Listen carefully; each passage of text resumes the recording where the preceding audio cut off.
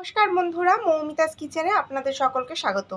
আজকে আপনাদের সাথে সম্পূর্ণ নিরামিষ একটা ঢ্যাঁড়সের রেসিপি আমি রান্না করে দেখাবো। মানে ঢ্যাঁড়সকে তো আমরা ভেন্ডি বলে থাকি, তাহলে এই দই ভেন্ডি আমি রান্না করে দেখাবো। তো চলো, একদম সম্পূর্ণ নিরামিষ, এটা ভাত দিয়েও খেতে পারবে, আবার তোমরা এটা রুটি দিয়েও খেতে পারবে। তো চলো আমি দেখাই প্রথমে কি করতে হবে। দেখো, আমি প্রথমে এই যে এই কটা ঢ্যাঁড়স আমি ধুয়ে পরিষ্কার করে মুখটা আর পেছন দিকটা কেটে রেখে দিয়েছি। এবার চলো এর মধ্যে আমি কিছু মশলা মেশাবো। দেখো, এর মধ্যে আমি দিচ্ছি সামান্য পরিমাণে নুন, কারণ রান্নার সময়তেও তো নুন দেবো, তো এখন একটু নুন মিশিয়ে দিলাম। রান্নার সময় আমার নুন লাগবে। সামান্য পরিমাণ নুন,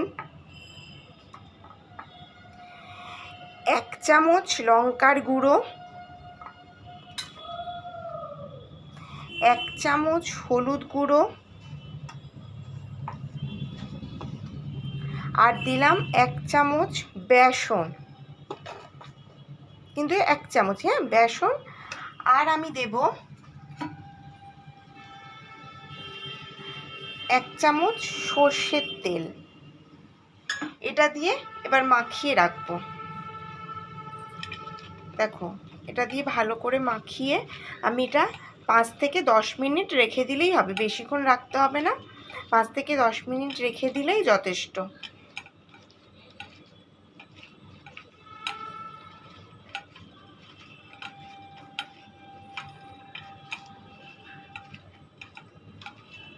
তাহলে আমি এতে কী কী মাখালাম বন্ধুরা?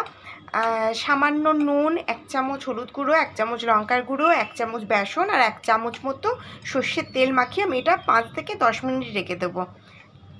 চলো তাহলে এটা রেখে দিই। তারপর আমার কী কী লাগছে আমি তোমাদের দেখাই। রান্না করার জন্য ওটা তো আমি মশলা মাখিয়ে নিয়েছি, হ্যাঁ। তা আর এখানে আমার যেহেতু দই ভেন্ডি, সেখানে আমার তো দই লাগছে। আমি 2 চামচ দই নিয়েছি। যেহেতু টমেটো আমি দেবো, একটা টমেটো, এরকম ছোটো সাইজের টমেটো দেবো, সেহেতু আমি অল্প দই নিয়েছি। তো দইয়ের মধ্যে দিয়ে দেবো 1 চামচ জিরে গুঁড়ো, 1 চামচ ধনে গুঁড়ো,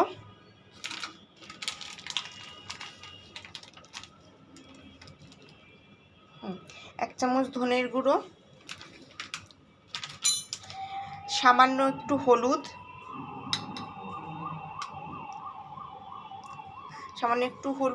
আর 1 চামচ লঙ্কার গুঁড়ো দিয়ে এটা মিশিয়ে নেব।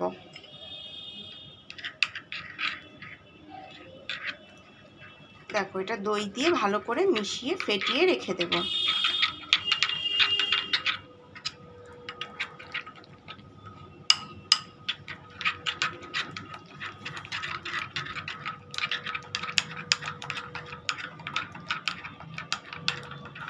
চলো তাহলে এটা আমার মশলাটা রেডি হয়ে গেছে সম্পূর্ণ। তাহলে এবার আমি রান্নাটা শুরু করি। চলো রান্নাটা দেখাই তোমাদের। বন্ধুরা দেখো, আমি ঢ্যাঁড়সটায় যে মশলাটা মাখিয়ে রেখেছিলাম, আমি এখানে তেল দিয়ে নিয়েছি। তেলটা কিন্তু আমার গরম হয়ে গেছে, আমি অল্পই তেল দিয়েছি। এবার আমি ঢ্যাঁড়সটা ভেজে নেব।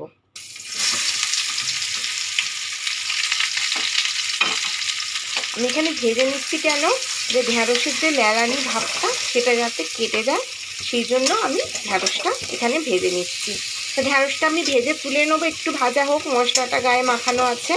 আমি তো বলেছিলাম 5 থেকে 10 মিনিট, তো 5 থেকে 10 মিনিট হয়ে গেছে, মশলাটা ভালোই হয়ে গেছে। তো এটা আমি একটু ভেজে তুলে নেবো। তো দেখো, আমি কিন্তু ঢ্যাঁড়সটা ভেজে তুলে নিয়েছি, হ্যাঁ। এইরকম হবে ঢ্যাঁড়সটা ভাজা।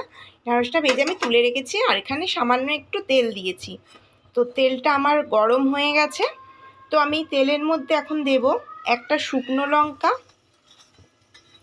আর কিছুটা গোটা জিরে ফোড়ন দিয়ে নেব। ফোড়নটা হয়ে গেলে, দেখো ফোড়নটা হয়ে গেছে, এই ফোড়নের মধ্যে আমি দিয়ে দেবো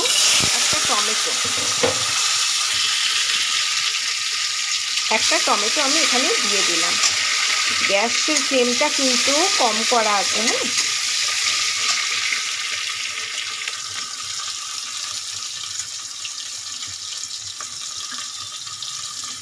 একটা টমেটো, ছোটো সাইজের টমেটো দেখিয়েছি তোমাদের। আর দেখো আমি এখানে 1 চামচ, এই যে 1 চামচ আদা বাটা দিয়ে দিলাম এর মধ্যে।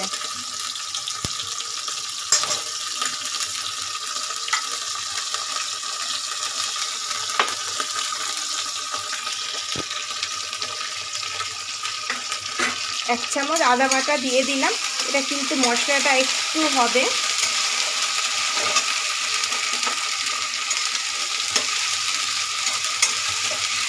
টমেটোটা তো একটু সেদ্ধ হবে, তার কারণে আর একটু হবে।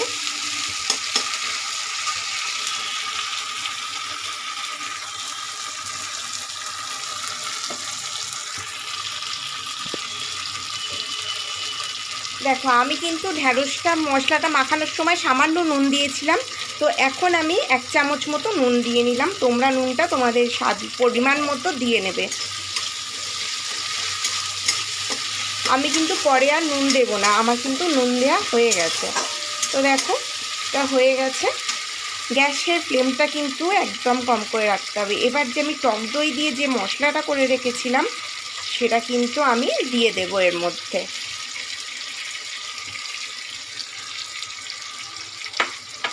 দেখো সেটা কিন্তু আমি দিয়ে দিয়েছি। এটা দিয়ে কিন্তু খুব ভালোভাবে নাড়তে হবে। গ্যাসের ফ্লেমটা তো অবশ্যই কমিয়ে রাখতে হবে, কারণ টক দই আছে তো যদি কেটে যায় সেই কারণে। এবার দিয়ে এটা চাপা দিয়ে একটু হবে, পরে দেখাচ্ছি। দেখো মশলাটা কিন্তু আমার একদমই কষা হয়ে গেছে। মশলাটা দিয়ে কিন্তু সুন্দর একটা তেল ছেড়েছে। এবার আমি এর মধ্যে যে ঢ্যাঁড়সটা ভেজে রেখেছিলাম মশলা দিয়ে, সেই ঢ্যাঁড়সটা আমি দিয়ে দিলাম। এই রান্নাটা করতে কিন্তু বেশি তেল লাগে না, তোমাদের আমি দেখিয়েছি, খুব সামান্য তেল লাগে। আবার দই ভেন্ডি বলে কিন্তু তোমরা দইটা বেশি দিয়ে দিও না, বেশি টক হয়ে গেলে ভালো লাগবে না। দেখো এটা দিয়ে কিন্তু একটু কষাতে হবে চাপা দিয়ে দিয়ে। 5 থেকে 10 মিনিট তো কষিয়ে নিতেই হবে, নাহলে কাঁচা মশলার গন্ধ ছাড়বে। চলো এবারে আমি একটু চাপা দিয়ে 5 মিনিট মতো রেখে দিই। তো দেখো বললাম আমি 5 মিনিট এটা চাপা দিয়ে রাখবো। তো আমার মশলাটা কিন্তু পুরোই কষানো হয়ে গেছে, তোমরা দেখতেই পাচ্ছ।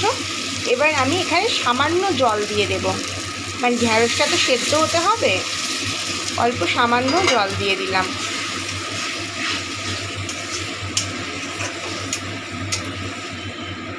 দেখো আমি খুব সামান্যই কিন্তু জলটা দিয়েছি।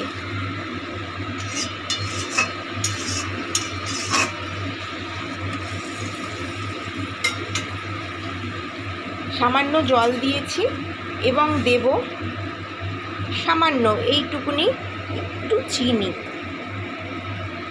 টক দই দিয়ে কিছু রান্না করলে চিনি দিলে একটু ব্যালেন্সটা ঠিক থাকে আর কি, নাহলে ভীষণ টক টক লাগে। তো তাই টক দই দিয়ে কিছু রান্না করার সময় যদি একটু চিনি দেওয়া হয় না, ভালোই লাগে খেতে। তো দেখো এই যে এবার আমি এটাকে আরও 5 মিনিট, ঢ্যাঁড়সটা সেদ্ধ হতে যতক্ষণ লাগবে আরও 5 মিনিট চাপা দিয়ে এটা আমি হতে দেবো। তারপর তরকারিটা নামিয়ে নিয়ে তোমাদের দেখাবো, ঠিক আছে?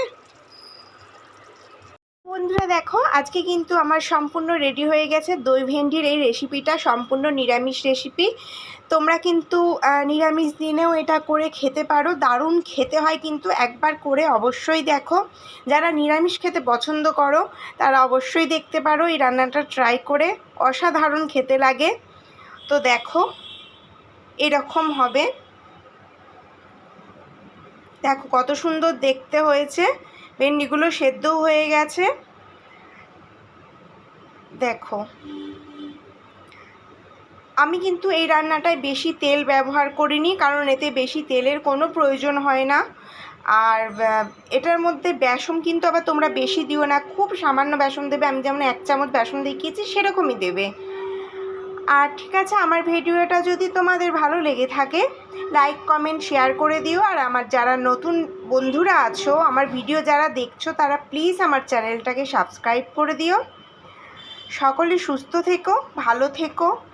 আর আমার যদি কোনো রান্না তোমরা দেখতে চাও, নতুনত্ব কোনো রান্না দেখতে চাও, প্লিজ আমাকে জানিও।